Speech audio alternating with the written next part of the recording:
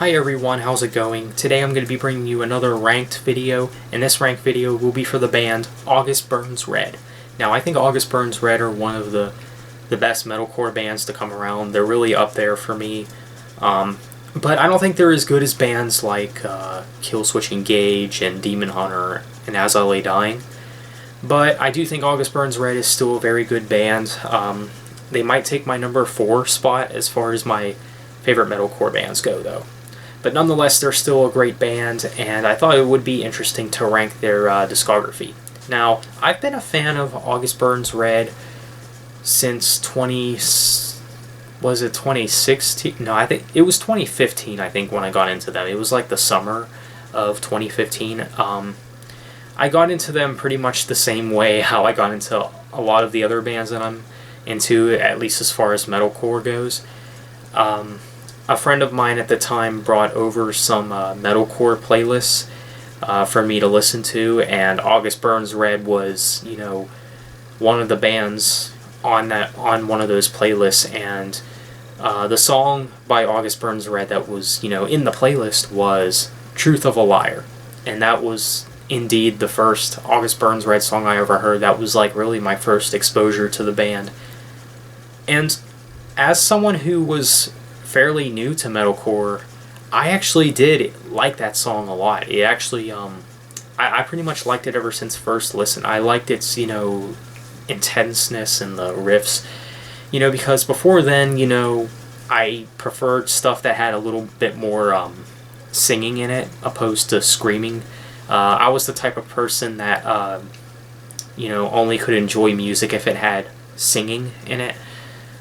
But I'm really glad that I broke from that, because I enjoy both. I enjoy, things with only singing, things with only screaming, and even a combination of both in certain bands. That's what comes with diversity, but that's besides the point. So that's enough for my little history with August Burns Red. So, given that August Burns Red doesn't have that many albums in their catalog, they have about 6 or 7 albums out right now, not including their Christmas stuff, so keep that in mind. Or EPs or anything. But, yeah. So it's pretty self-explanatory. We'll rank the discography from worst to best. Let's get on with it. So at number 7, I believe they have 7 albums. At number 7, this one's pretty obvious. We got their album Leveler. Now, there's something about this album that's a little off-putting compared to the stuff that they've released prior and even the stuff that they've released after. This album is definitely missing something. It definitely, it feels like they're aiming to please the more, Hot Topic crowd, if you know what I mean, with this record. Not to say that it's a bad album. I still think it is a good album. But yeah, it does pale in comparison to some of the other stuff that they've released. But there's still some songs that I like from it, such as Empire, Internal Canon, Carpe Diem, and Poor Millionaire. The title track is one to mention as well. Yeah, Leveler does have actually some good stuff on it, but it probably is their weakest. For my number 6 spot, this one is a little bit tough for me, because sometimes the next two do bounce back and forth. But next up, I'm going to have to choose Thrill Seeker. Now, I don't think Thrill Seeker is a bad album at all. I actually think it's a good album. It is their debut album, after all. This is when they had a different vocalist. There is, of course, some songs that I do enjoy from it, such as Your Little Suburbia's in Ruins, Consumer, and The Seventh Trumpet. Thrill Seeker, their debut, definitely has some gems on it, has some good songs. But this is not really August Burns Red's albums where they really set their foundation, and I know it really wasn't intended to. Most bands usually never get their core sound from their debut, at least, especially in metalcore. But yeah, the production just isn't as good. But you know what? There had to be a place somewhere for this album. So yeah, that's why I rank it to the second weakest, behind Leveler. But it's still a good album. Next up, we got Constellations. Now, I know some of you are looking at me like, what? Like, am I hearing you correctly? Yeah, I said Constellations. Now, I know a lot of people consider Constellations to be August Burns Red's best album, or at least somewhere in the top 3, but I don't know. I think this album has the same problem that Leveler has. It does seem like it's catering to the more Hot Topic crowd or something like that. Like it's catering towards a more emo audience or something like that. Now, I do think Constellations is actually a very important album for August Burns Red, because this is like really the first album where they added melody to it. Not that the first 2 albums didn't have melody, but with this album, I don't know. It's obviously missing something. And I do find it that this album is definitely aiming for a more edgy, more like, trying to sound cool kind of vibe going for it. And I think in some cases it works, but in other cases it doesn't. But that's not to say that Constellations is a terrible album, in my opinion. I do think it is actually a good album, but it doesn't have the same replay value as some of their other albums. But I do think this album does hold some good songs on it, such as Whitewashed and Meddler, which I think are really great songs, really great August Burns Red songs. Aside from what I think are the weakest 3, the next few albums are pretty easy to establish, I would say. Next up we got Rescue and Restore. Now, I know I said before that Truth of a Liar was the first song I ever heard from August Burns Red. But the album Rescue and Restore was like the first album from them like that I ever heard in like full and things like that. Definitely a great album. I do, it's definitely the improvement from Leveler, because this was the album that came out after Leveler. It definitely improved, like, it definitely feels more metal, if that makes sense, than Leveler. Definitely a great metalcore album, and, I'm actually kind of glad that this was, my first, like, album hearing from August Burns Red, because it's definitely a good one. It's got some really great songs on it, such as Provision, Sincerity, Creative Captivity, Fault Line, and Animals is also a good one. Rescue and Restore is just a really good album. Definitely a very good August Burns Red album. Maybe probably one of their heaviest in terms of like their newer stuff, I'd say. But that's debatable, of course. Next up we got Found in Faraway Places. Now, this was actually the second album that I ever heard in full, because I got into them like during the summer of 2015, and then I listened to the Rescue and Restore album, and then Found in Faraway Places was the newest album, and I went on to listen to that. So yeah, that's kind of how that worked out for me.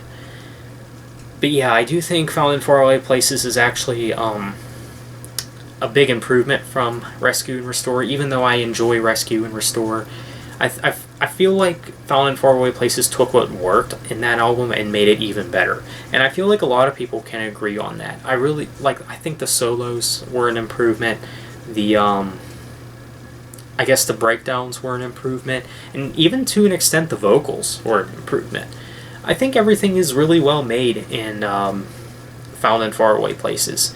It's definitely a fantastic record. I mean, there's not really many songs on this album that I can complain about. That's one thing I can say about Found in Faraway Places that I really can't say about Rescue and Restore, and that I think at the end of the day, I think Found in Faraway Places is the more superior album. I just think it has better songs overall. It's got some intense, really great songs, such as The Wake, Martyr, Identity. Yeah, Found in Faraway Places is obviously a great album, and I honestly think it's a necessity to like, of course as a August Burns Red fan, even though it's like not one of their earlier works, but I think this album has almost everything you want. And it really does seem like ever since Found in Faraway Places, like, the band has really stepped up their game. And with that being said, the next album, the album that came out after Found in Faraway Places, you already know what the next album is on my list for my number 2 spot. My number 2 spot I got Phantom Anthem, which is the band's latest album. Now, very rarely will I put a band's newest album as like my second favorite, but I don't know how August Burns Red managed to pull it off. Like, it seemed like they knew like what they were doing when they did this album. Now, like I said about how Found in Faraway Places, I think doesn't have any bad songs. It does have a couple, bumps in the road, in my opinion. But I feel like with Phantom Anthem, they fixed those bumps in the road. I don't think Phantom Anthem has any bad tracks on it. I think, for the most part, it is a great album. And I would highly recommend this album for any metalcore fan. I enjoy just about every song on here, such as King of Sorrow, The Frost, Lifeline, Invisible Enemy, Quake, Coordinates, Generations, Float. The list really does go on. I mean, those are some of the highlights for me, and Phantom Anthem really is just a fantastic album. I enjoy it. And it's really a great latest album. And, if August Burns Red does continue on with doing another album, I really don't know how they're going to pull it off after this one, because it seemed like they just created the perfect album with Phantom Anthem. However, I don't think it's as perfect as number one. Now, for my number one, you guys should know what number one is. And if you guys do know me well enough, and if you've heard me talk about August Burns Red before, you guys probably know what I put at my number one. So, my number one is Messengers. That's right. Now, it does seem kind of weird having Messengers put at number one, since I had their last few albums like really ranked high up there. But I felt like Messengers was really, like, it really demonstrated how to do great metalcore back in the 2000s. Like, to me, like, this was like one of the best metalcore albums of the 2000s, and I just don't think there's any other way around it. Definitely a great album, and it's probably their heaviest album, which might accompany my reason why I put it at number one. It's definitely their most brutal album, their most intense album. So many great songs on it, such as Truth of a Liar, of course, Composure, The 11th Hour, and Redemption. Those are all fantastic tracks. Messengers is just an album you can't go wrong with. Definitely a great album, and I'd highly recommend it for anyone who loves metalcore. And if you're looking to get into the band, I would definitely recommend this album, because the album does start with Truth of a Liar, and that was the first August Burns Red song that I ever heard, and that's what got me hooked. So same effect could happen with you. I don't know. But that's about it, guys. That is my ranking of the August Burns Red discography. Let me know what you guys think, and how would you rank the discography? I'm very curious about that. Feel free to leave your rank down in the comments. So thank you for watching, have a nice day, and take care.